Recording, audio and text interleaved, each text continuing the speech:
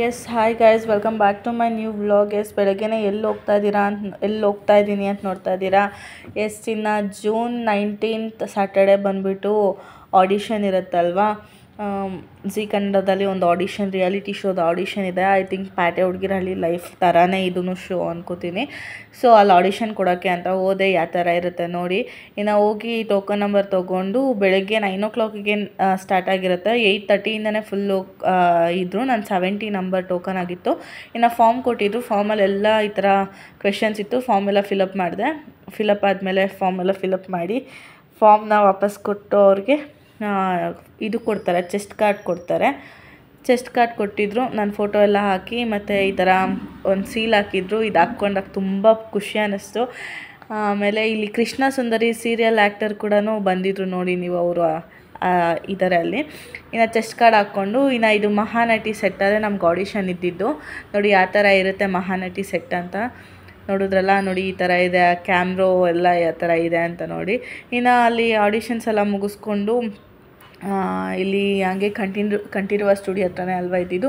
ಸರಿ, ರಾಜ್ಕುಮಾರ್ ಅವ್ರದ್ದು ಮತ್ತು ಅಂಬರೀಷ್ ಅವ್ರದ್ದು, ಅಪ್ಪು ಅವ್ರದ್ದು ಎಲ್ಲರದ್ದು ಸಮಾಧಿನ ವಿಸಿಟ್ ಮಾಡಿಕೊಂಡು ಬರೋಣ ಅಂತ ಹೋಗಿ ಅಲ್ಲೆಲ್ಲ ನೋಡಿಕೊಂಡು ನೋಡಿ ಯಾವ ಥರ ಇದೆ ಅಂತ.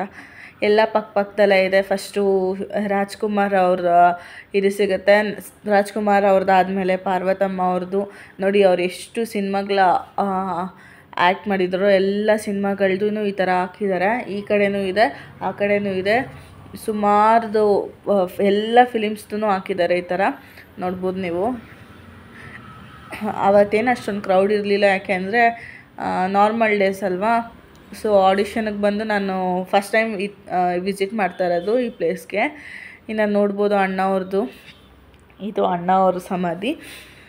ಇನ್ನೊಂದು ಏನು ಬೇಜಾರಾಗಿದ್ದು ಅಂದರೆ ಅಲ್ಲಿ ಅಪ್ಪು ಸರ್ದೊಂದು ಸ್ಟ್ಯಾಚ್ಯೂ ಇಡ್ತಾ ಇದ್ರಲ್ಲ, ಅದು ಇರುತ್ತೆ ಅಂದ್ಕೊಂಡಿದ್ದೆ ನಾನು. ಬಟ್ ಅಲ್ಲಿ ಇರಲಿಲ್ಲ, ಯಾಕೆ ಅಂತ ಗೊತ್ತಿಲ್ಲ. ಎತ್ತಿದ್ದಾರೋ ಏನೋ, ಇಲ್ಲ ಬೇಕಾದಾಗ ಮಾತ್ರ ಇಡ್ತಾರೋ ಅಂತ ಗೊತ್ತಾಗಿಲ್ಲ.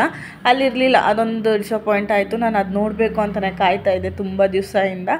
ಇನ್ನು ರಾಜ್ಕುಮಾರ್ ಸರ್ ಅವ್ರದ್ದು ಸಮಾಧಿ ಆದಮೇಲೆ ಪಕ್ಕದಲ್ಲೇ ಪಾರ್ವತಮ್ಮ ರಾಜ್ಕುಮಾರ್ ಅವ್ರದ್ದು ಕೂಡ ಇದೆ ನೋಡಿ.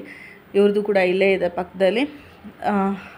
ಇವ್ರದ್ದಾದ್ಮೇಲೆ ಇನ್ನೂ ಸ್ವಲ್ಪ ಮುಂದೆಗೆ ಬಂದರೆ ಅಲ್ಲೇ ಅಪ್ಪು ಅವ್ರದ್ದಿರುತ್ತೆ. ನೋಡ್ಬೋದು ನೀವು ಇಲ್ಲಿ, ಇದು ಅಪ್ಪು ಅವ್ರದ್ದಾಗಿರುತ್ತೆ. ಇಲ್ಲೇ ಇದ್ದಿದ್ದು ಅದು ಸ್ಟ್ಯಾಚು ಅಪ್ಪು ಅವ್ರದ್ದು, ಅಷ್ಟು ದೊಡ್ಡದು.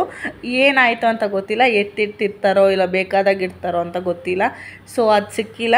ಇನ್ನು ಇವ್ರನ್ನೂ ಎಲ್ಲ ನೋಡಿಕೊಂಡು ಇವ್ರ ಹತ್ರ ಎಲ್ಲ ಸ್ವಲ್ಪ ಬೇಡ್ಕೊಂಡು ಸೆಲೆಕ್ಟ್ ಆಗಲಿ ಅಪ್ಪ ಆಡಿಷನ್ಸ್ನ ಅಂಥೇಳಿ ಬೇಡ್ಕೊಂಡು ನಾನು ಕೂಡ ಅಲ್ಲಿಂದ ಬಂದು ತಿರ್ಗಾ ಇನ್ನೂ ಸ್ವಲ್ಪ ಗೇಟಿಂದ ಆಚೆ ಬಂದು ಪಕ್ಕ ಕಾಂಪೌಂಡಲ್ಲಿ ಇನ್ನೊಂದು ಗೇಟ್ಗೆ ಹೋದರೆ ನಮ್ಮ ರೆಬಲ್ ಸ್ಟಾರ್ ಅಂಬರೀಷ್ ಅವ್ರದ್ದು ಸಮಾಧಿ ಸಿಗುತ್ತೆ.